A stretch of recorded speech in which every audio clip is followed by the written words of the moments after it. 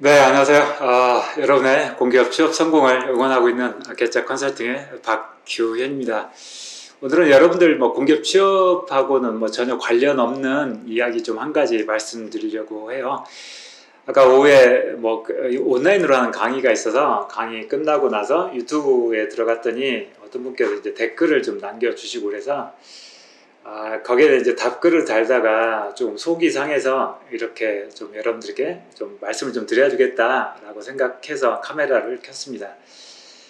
오늘 좀 공기업 구조조정 이야기 좀 한번 해볼게요.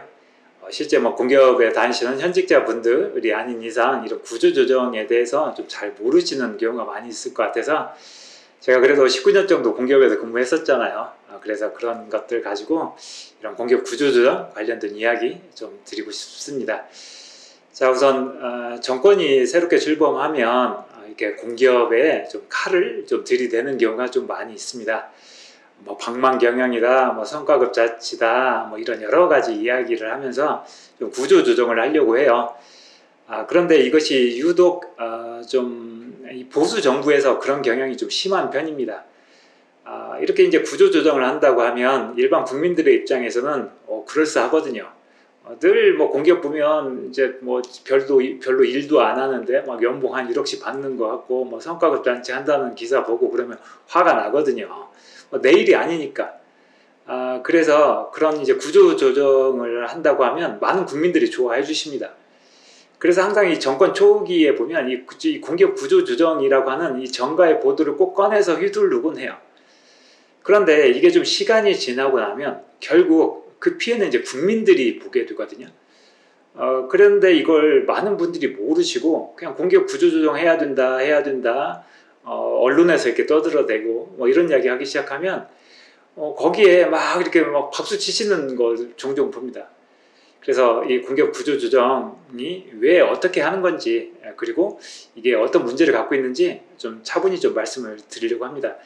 실은 이거 찍기 전에 이미 한 15분 정도 좀 화가 나서 열이 받아서 녹화를 했었는데 다시 보니까 도저히 안 되겠어요. 그래서 새로 이제 차분하게 찍고 있는 겁니다. 자, 우선 공기업 구조조정 필요하죠. 왜냐하면 결국 이제 공기업도 어떤 조직, 어떤 유기체거든요. 그래서 계속 성장만은 할 수 없으니까 한번 성장하다가 또 정체하고 또 살을 깎는 다이어트도 좀 하고 다시 재성장하고 이런 게 좀 필요하긴 합니다. 그렇긴 하지만 여러분들 좀 구조조정에 대해서 좀 아실 건 좀 아셔야 될 것 같아요. 우선 구조조정 여러 가지 형태가 있겠지만 가장 먼저 이제 할 수 있는 게 조직을 이제 슬림화하는 거죠. 조직을 슬림화하는 건데, 이제 조직을 슬림화한다는 건 어떤 의미냐면, 꼭 필수 기능, 어떤 필수 요원, 이런 것들이 아닌 부분들을 이제 잘라내는 거죠. 그러면 이런 부분들이 이제 대부분 청소나 이를테면 식당 조리원님들, 그리고 이제 환경미화원, 이런 분들, 조경, 또는 기계실, 이런 분들이 이제 대상이 되는 경우가 많아요. 실제 그랬거든요. 예전에 이명박 정부 시절에도 이렇게 인원 감축하라고 했었는데 결국 그분들만 잘리게 됐었습니다. 자, 그러면 그분들이 이제 잘리면 끝나는 거냐? 그렇진 않죠. 그 일을 누군가는 해야 되니까. 그러면 그 일을 누가 하는 거예요? 결국 민간 회사가 들어와서 하겠죠. 그래서 그런 민간 회사한테 돈은 돈대로 주는 겁니다. 이제 단지 인건비로 나가는 게 아니라 이제 사업비로 나가는 거죠. 이거 같은 금액이 나간다고 가정하면 직원들한테는, 우리 직원일 때는 그 돈이 다 그 직원분들한테 가는 거예요. 하지만 이쪽으로 업체로 넘어가면 어떻게 되는 걸까요? 일광관리비, 영업이익, 어쩌고저쩌고 이런 것들 다 뗍니다. 그리고는 이제 비정규직 직원들로 채용을 해서 이제 운영을 하는 거예요. 그러면 서비스는 서비스대로 좋아질 리도 없고, 결국 예산은 예산대로 똑같이 쓰는 거예요. 이게 이제 슬림화인 겁니다. 자, 그 다음에 이제 한 가지 이야기하는 것 중에 하나가 이제 사업 부분을 이제 잘라내는 거죠. 이건 좀 슬림하고 좀 다른데, 공기업에서 좀 하고 있는 사업 부분을 이렇게 잘라버립니다. 잘라서 이것을 이제 민간과의 경쟁 체제를 도입한다, 이런 식으로 어떤 경쟁력을 확보한다, 이런 식으로 이제 포장을 하는 거죠. 그렇게 해서 이제 민간 기업하고 이제 경쟁을 하도록 하거나 아니면 그 사업 부분을 민간 기업이 이제 아예 인수를 하도록 하는 거죠. 이런 것들은 결국 어떻게 되냐면, 자, 그 사업을 없애지를 못해서 이렇게 잘라낸 거였거든요. 그러면 이것을 공기업이 운영해서 하면은 이득을 남기지를 않으니까 훨씬 더 국민들에게 저렴한 비용을 받고 그런 서비스를 할 수 있지만, 이게 민간 기업으로 가게 되면 결국 어떻게 되는 건가요? 그 부분들을 민간에서 더 많은 이익을 만들어내야 되니까 결국 요금이 인상될 가능성이 커진다는 거죠. 이런 부분들이 좀 이렇게 연관나 똑딱 맞는 건 아닌데, 이렇게 생각하시면 돼요. 민자 고속도로 이런 거 생각하시면 돼요. 그러니까 원래는 정부가 해야 될 이런 고속도로 건설이나 이런 부분들을 도로공사가 하지 않고 민간 기업한테 넘기는 겁니다. 자, 이렇게 넘기면 어때요? 민자 고속도로 통행 요금 싼 거 보셨나요? 아니죠? 그럼 이제 맥커리나 이런 애들이 이제 달라붙어서 거기서 이제 그런 거 하면서 이제 돈을 버는 겁니다. 결국 국민은 더 높은 요금을 내야 되는 거야. 그런 서비스를 받기 위해서는. 그런 대표적인 케이스, 한국철도공사에 있는 SRT가 그렇죠. 알짜 노선은 SRT가 가져간 겁니다.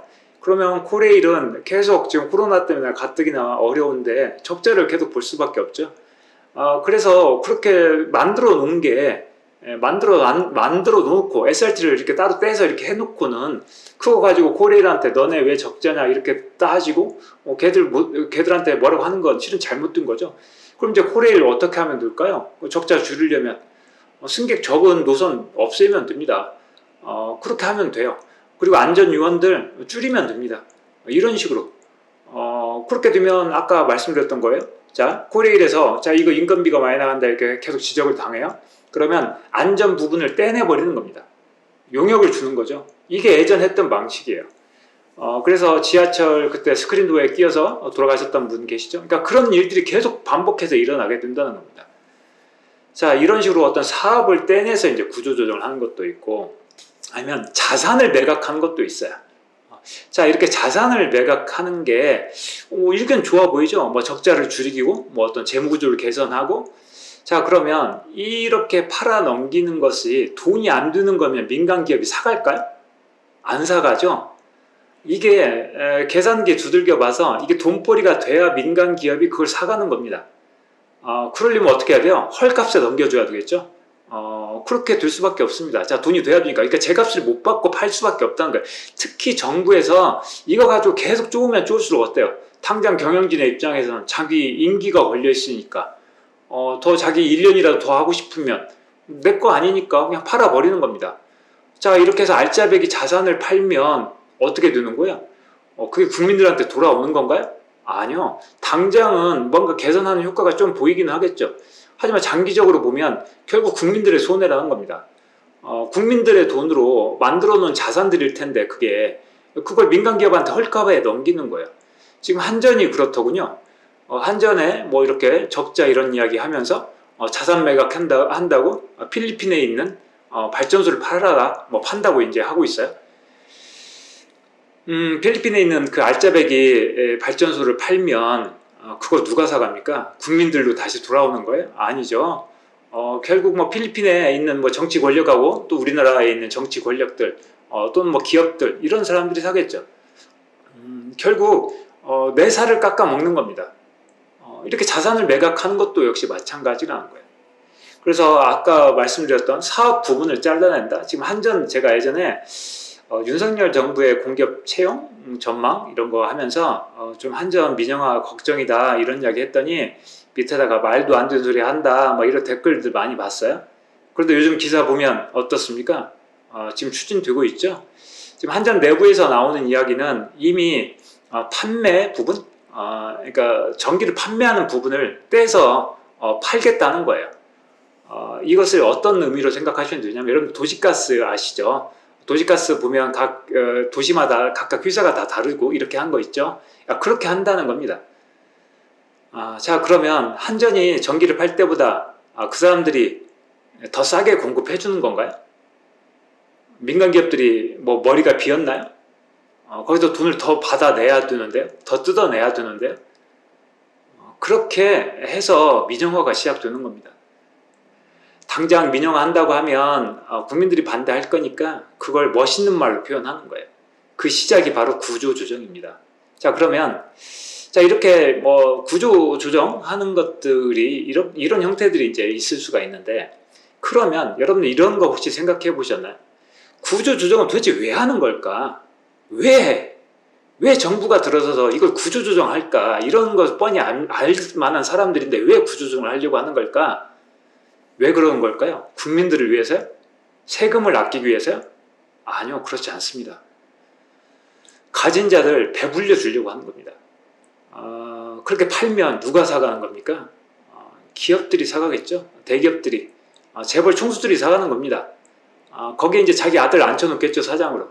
그런 식이 된다는 겁니다. 그리고 정치 권력에 줄된 사람들이 이제 할 일들이 생기는 거겠죠. 왜? 로비해주고 알선해주고 공기업 사장한테 전화 한 통 하겠죠. 그거 계약 조건, 뭐 매각 조건 이거 조정해라 이런 이야기 하면서. 그래서 결국 이게 나중에 2년 3년 되면 어디선가 이제 하나씩 터져요. 그래서 이게 이제 대형 뭐 부패 사건으로 이제 비화가 되는 경우가 많습니다. 여러분들, 이런 구조조정, 이런 민영화들이, 이런 피해들이, 이런 사례들이 우리 주변에 보면 알게 모르게 많이 있어요. KT 예전에 공공기관이었습니다. 민영화 팔아 넘겼어요. 자, 그래서 KT 서비스가 좋아졌나요? KT가 뭐 요금을 더 낮춰주고 이렇게 더 서비스를 하고 있나요? 아니죠. 여러분들 좀 이런 말씀 드리면 좀 의아하게 생각하실 텐데 SK텔레콤도 그렇습니다. SK텔레콤의 전신이 실은 국영기업이었어요. 처음 이동통신을 할 때 국가에도 나서서 했거든요. 그걸 팔아 넘겼습니다. SK에 팔아 넘겼어요. 결국 SK가 돈을 벌고 있는 거죠. 그래서 여러분들 지금 5G 잘 터지고 계신가요? 요금 좀 싸졌습니까? 아니라는 거예요. 자, 한전, 적자 요즘 많이 나오죠. 7조래니까 이런 문재인이 나라 말아먹었네 이런 이야기 많이 하시는데요. 그게 탈원전 때문이라고 생각하시면 큰 오산입니다. 문재인 정부에서 원전 비중 절대 낮아지지 않았고요. 오히려 2%인가 올랐습니다. 원전을 가동하지 못했던 건 노후화된 원전 안전성 검사하고 이런 부분들 때문에 그랬던 거예요. 자, 오히려 원전 비중은 높아졌어요. 근데 마치 탈원전 때문에 전기요금 오른 거냐? 이게 뭐 적자가 심해진 거냐? 이렇게 호도하고 있습니다. 자, 한전의 적자 커진 이유요. 뭡니까? 국제 에너지 단가가 올라갔기 때문에 그렇습니다. 그러니 당연히 요 전기 요금을 거기에 연동시켜서 올리지를 못하니까 정부에서 그걸 못 올리도록 하니까 그래서 적자를 볼 수밖에 없었던 겁니다. 반면에 민자 발전소가 있는 건 혹시 아시나요? 발전오사 한수원 위에도요, 이 한국전력공사에 전기를 파는 민간 발전 회사들이 몇 곳 있습니다. LG, SK 이런 곳들이에요. 자, 이런 곳들이 언제 생긴 줄 혹시 아시나요?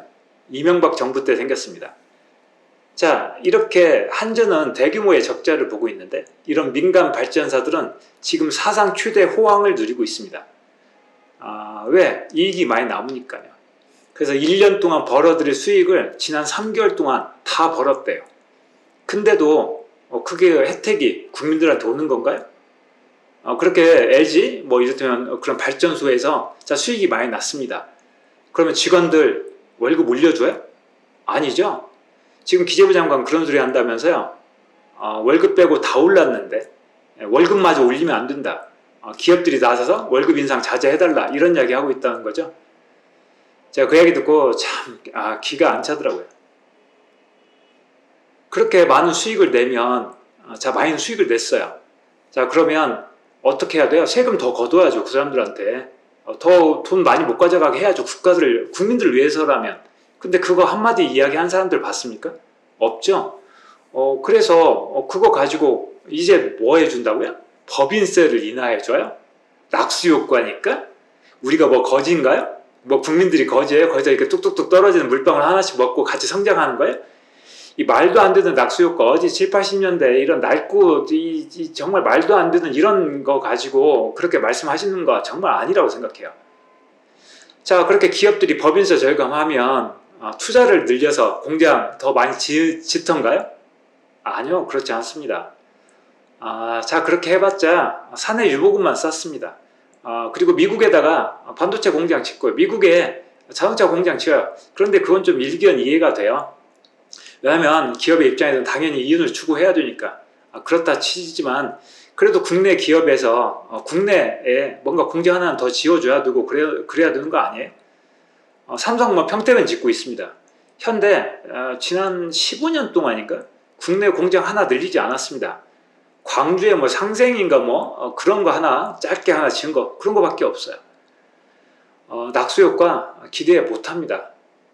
그래서 이런 부분들을 아까 말씀드렸던 이런 한전의 어떤 적자 이런 부분들 그거 다 혜택 누가 본 겁니까? 국민들이 봤어요. 국민들이 적자 난 만큼 그동안 돈 주머니 아낀 겁니다. 그게 다 국민들한테 돌아간 거예요. 그런데 적자 났다고 거기다 함께 돌팔매기를 지금 돌을 던지고 계시는 거라니까요. 여러분들께서. 그러면 그렇게 팔고 처분하고 그러면 어떻게 돼요? 결국 여러분들만 손해인 겁니다. 그래서 구조조정 이야기 이렇게 나오는 게요. 좀 걱정돼요. 이런 일들이 매번 있었거든요. 그런데 결국 우리 국민들 등골 빼먹는 짓인 겁니다. 피 빨리는 거고요. 결국 그 피, 등골 다 어디로 가는 겁니까? 가진 자들, 정치 권력에 줄을 댄 사람들이 다 가져갈 거예요. 그거 꼭 기억하시고요. 여러분들 신문 기사 너무 믿지 마시고요. 인터넷 구글 검색해보면 자료들 많습니다.